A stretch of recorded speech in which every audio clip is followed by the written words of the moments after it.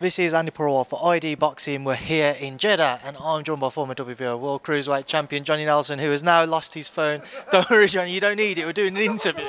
I'm all right. I'll stop it, leave it. It'll start ringing in a bit.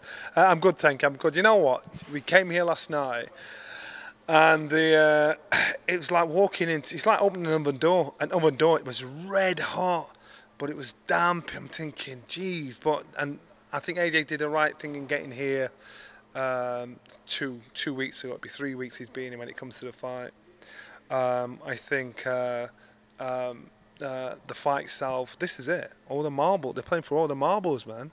You know, because this could be career defining. This can be career defining for AJ, because he's beat that fighter, and for Usyk, you know, it'll let people see, you know, is this really the guy, the heir apparent? You know, to come in, his attitude, everything about him. He's been very professional. He's got the job done. He's coming here confident. He's not an also ran. So again, it's an intriguing fight.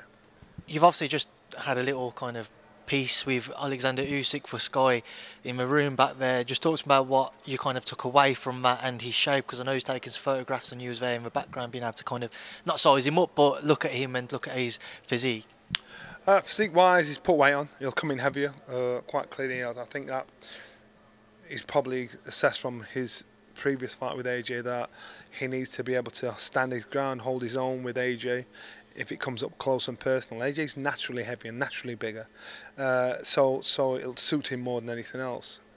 My question is, will it affect Usyk's speed, mobility in performance? Now, I'm quite sure he's been like training like this. This has been part of his training camp, so he's used to the weight. But when you're in a fight, you've got to carry that extra poundage. It's got to affect your style somehow. Might slow him down, might make him a little more flat-footed, might make him a little more dangerous. But will that difference suit him against a fired-up Anthony Joshua that probably overlooked him? To the point where he tried to box completely different, out of sync, out of sorts when they did the last time. That's the word I'm hearing. The word is, you know, they were thinking that things past Usyk, and he made a rookie mistake. So now AJ knows what he's up against, who he's up against. AJ has had to learn a harsh lesson again. So this will be a completely different fight for both fighters. And remember, when you become champion, people think the hardest thing is becoming champion. It's actually staying champion. Because when you want to be champion, you've got a goal, you've got a dream, you want to be the best, that's your motivation. You've got a hunter's mentality. When you become champion, you've got the hunted mentality. So what you're using to motivate you, to push you even further.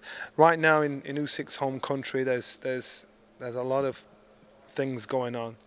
And these things will help motivate him mentally.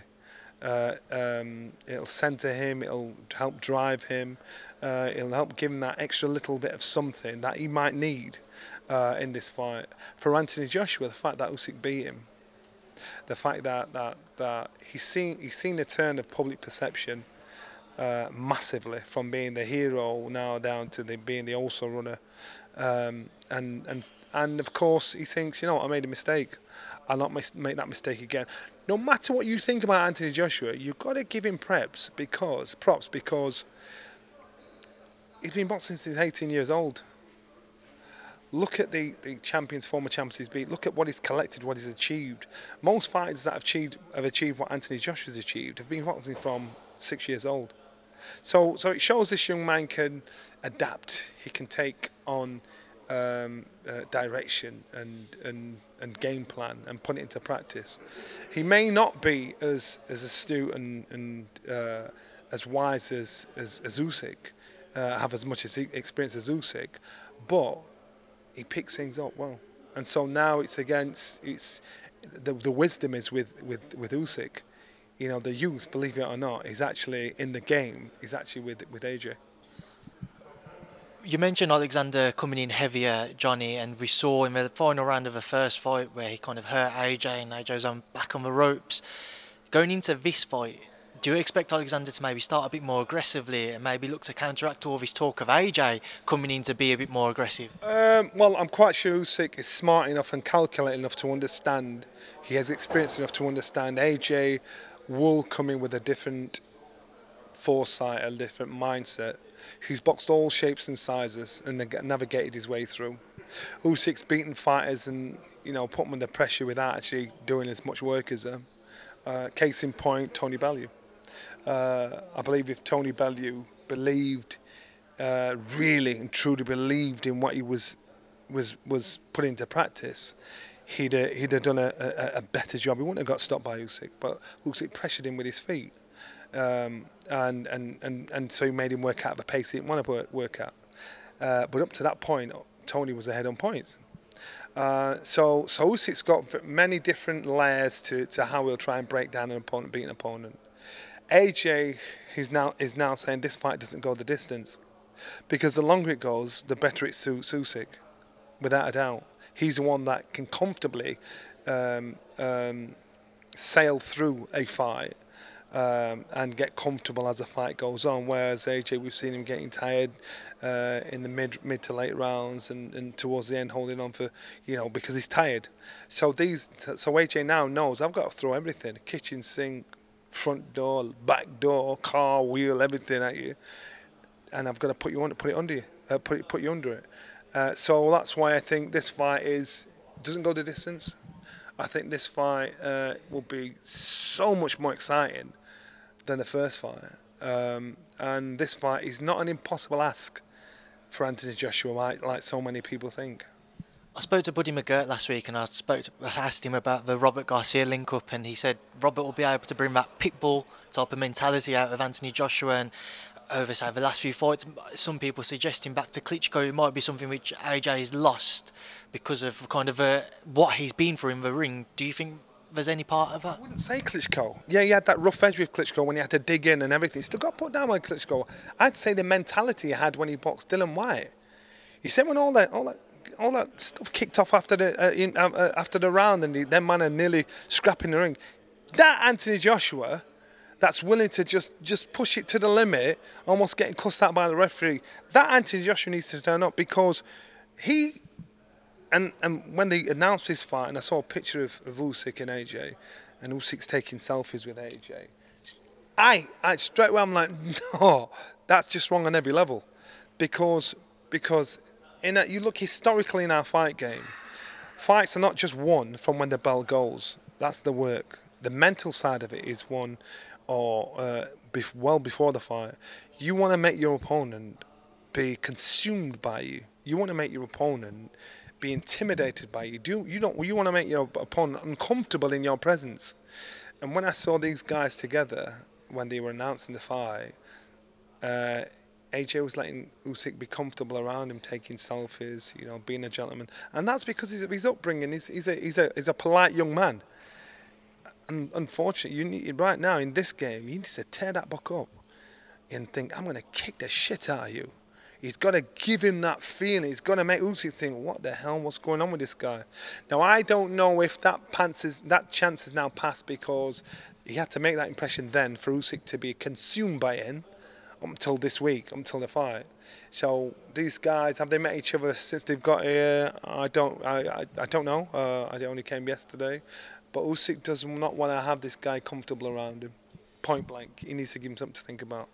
So, Johnny, my question, going back to kind of a pit bull mentalities, some people have suggested that maybe going back to Klitschko after that fight, we haven't quite seen him be more aggressive, be more in your face, because of... He's not had to. Well, he might not have had to, but I mean from a perspective of how he boxes, we haven't seen him throw his best attributes at it. So, for example, coming forward, maybe throwing those 3-4 punch combinations, because he does put his shots together really well. Granted, as you said, he hasn't had to, but you look at the Klitschko, the Ruiz losses, obviously losing to Usyk now.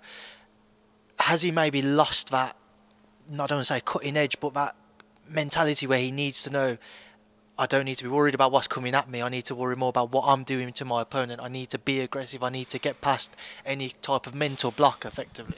Well, if it's lost, that means it can be found. We won't know if it's lost until Saturday night. Was it dismissed, disrespected, ignored? Yes, it has been.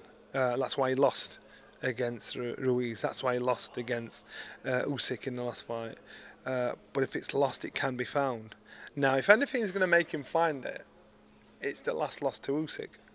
If anything's going to make him find it, because he is not just going through the tribulation of the millions of Angelo Dundees telling him what he should have done and what he shouldn't have done.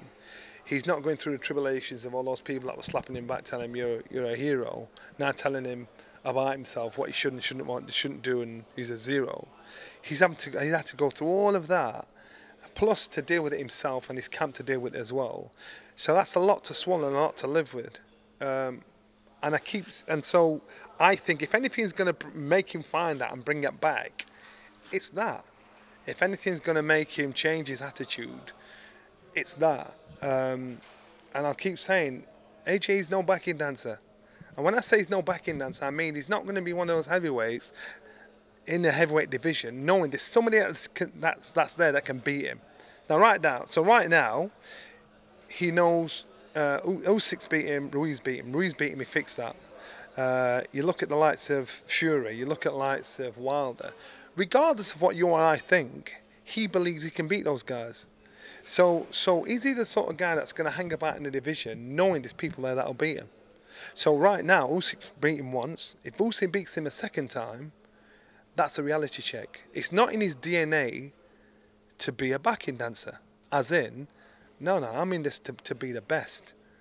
And so I think these are all the things that'll make him find what he needs.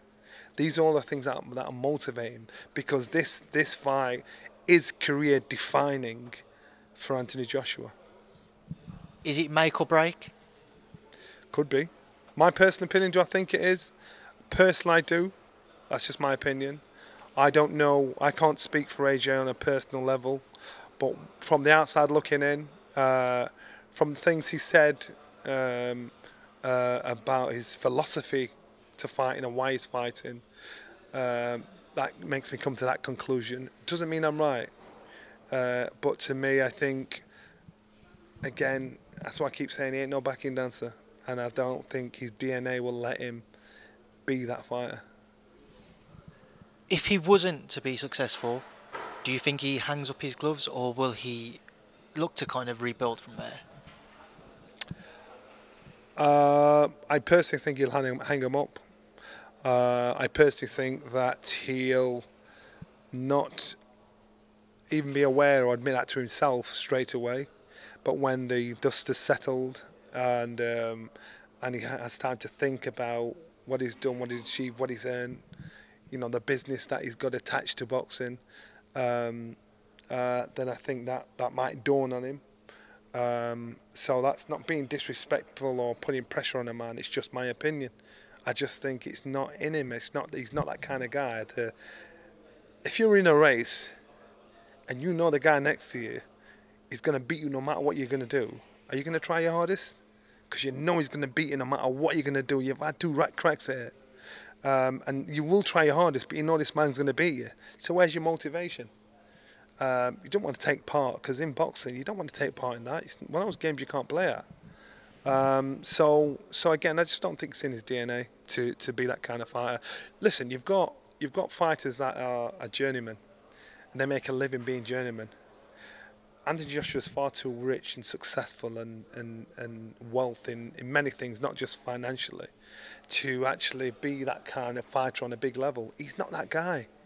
You'd look at someone like Derek Chisora. He says, I'm a prize fighter. So even though he knows there's guys out there that are beating him, he knows he wants to go in there and give you hellfire. If you're going to beat me, you're going to work for that win.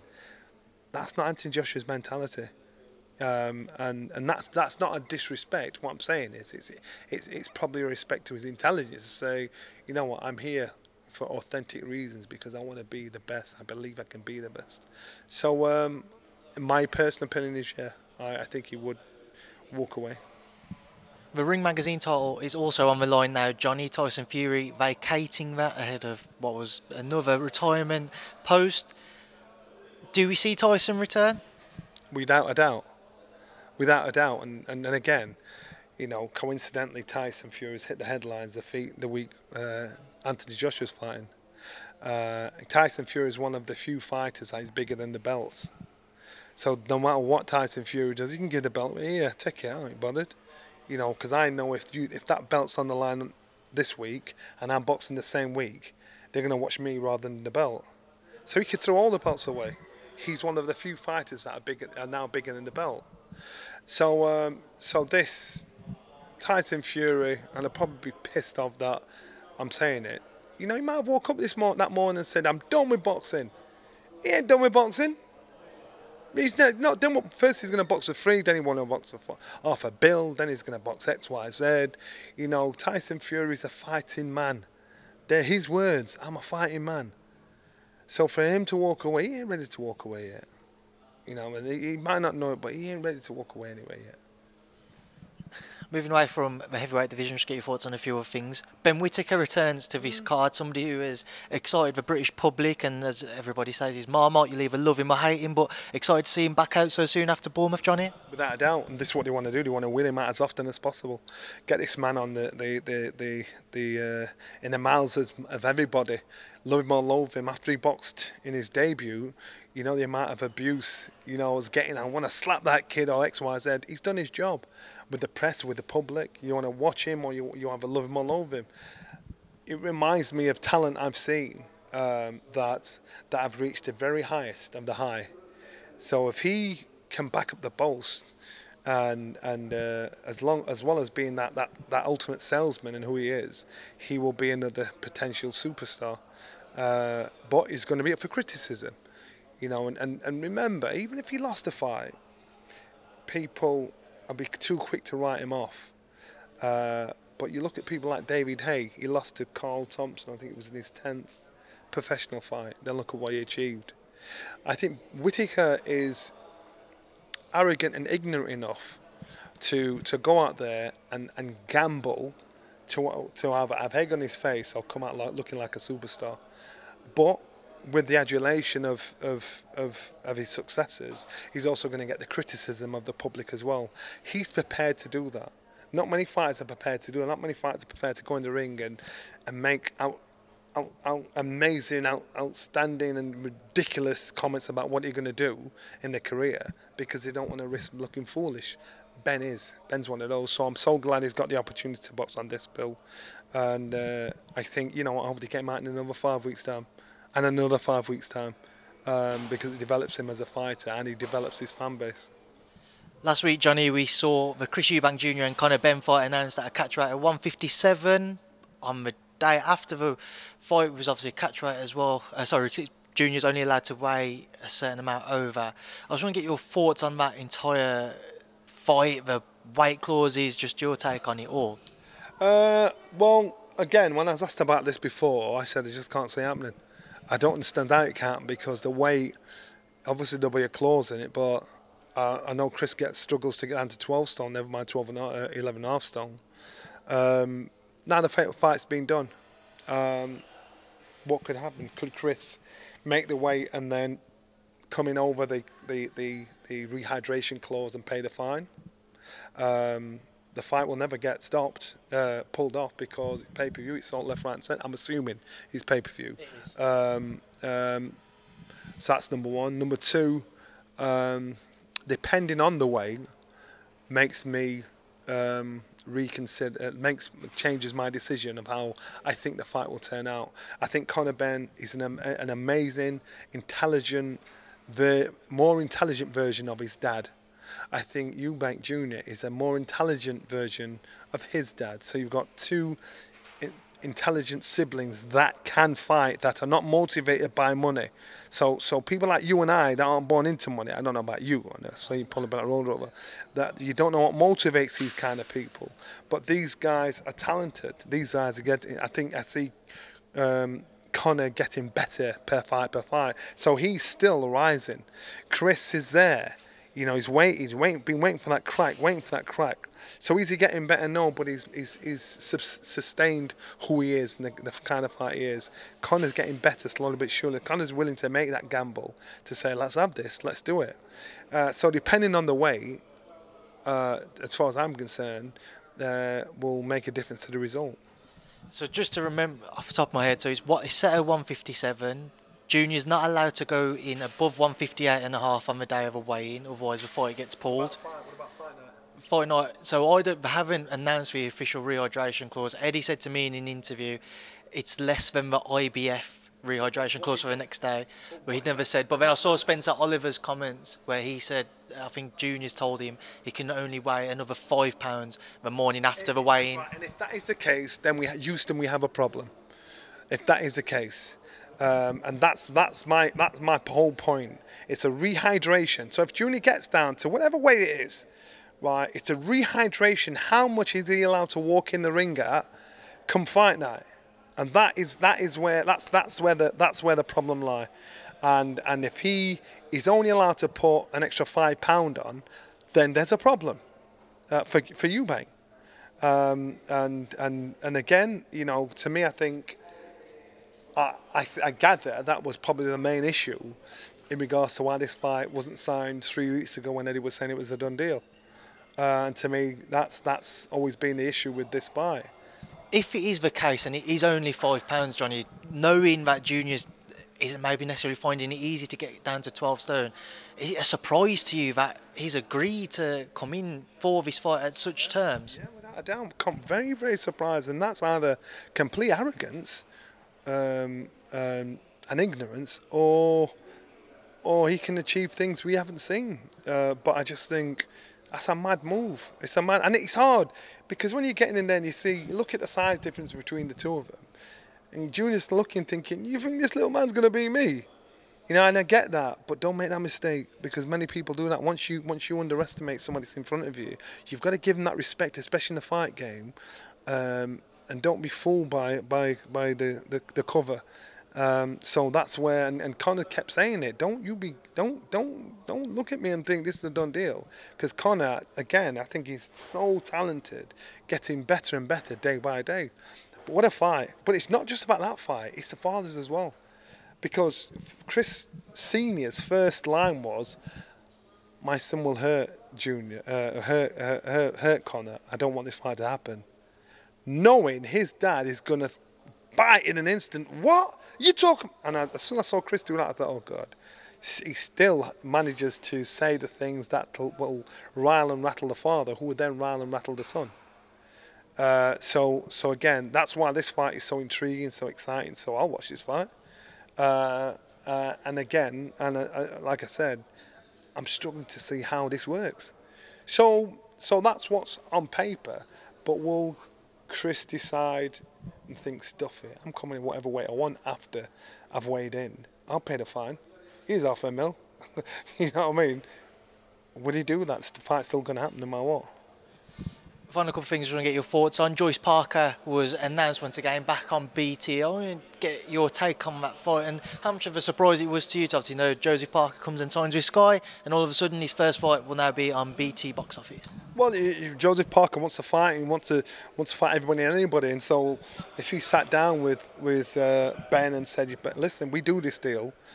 You know, I don't mind. We can sit down and we work together. But I want to fight everybody. I don't want no politics stopping fights from happening." And that's why this Joe Joyce fight's happening. Joe Joyce is a tough, hard, underrated fighter. And I think that for Joseph Parker, he beats Joe Joyce. That's a damn good win because Joyce is a good fighter. Final one, Johnny. Obviously, as we mentioned, you've just spoken to Alexander Usyk. Did you have a little word with him about how you felt you could beat him if you'd have fought in his prime? Well, right now, it's not about me, is it, Gav? And I said in my day, I wouldn't do it now, man. I'm 55 years old, brother. So, and you're making those comparisons, and that I'd still stick to that comparison. But, you know, unfortunately, like it or not, we will never know the answer because you can't turn back time.